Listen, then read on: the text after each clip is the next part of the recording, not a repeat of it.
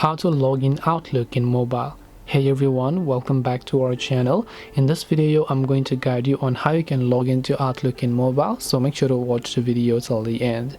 If you want to log into Outlook in mobile, first of all download the Microsoft Outlook application here. Once you download the Microsoft Outlook app, you can simply open it up over here.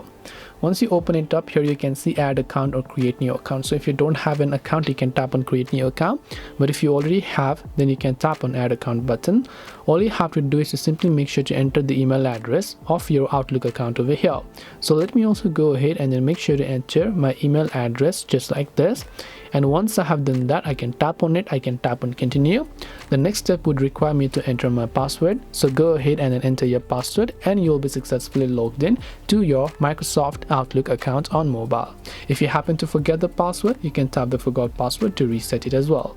This way you can log into Outlook in mobile. Hope this video was very helpful. If you have got any more questions, feel free to also leave them down in the comment section. Thank you for watching till the very end of this tutorial, and see you soon in the next video.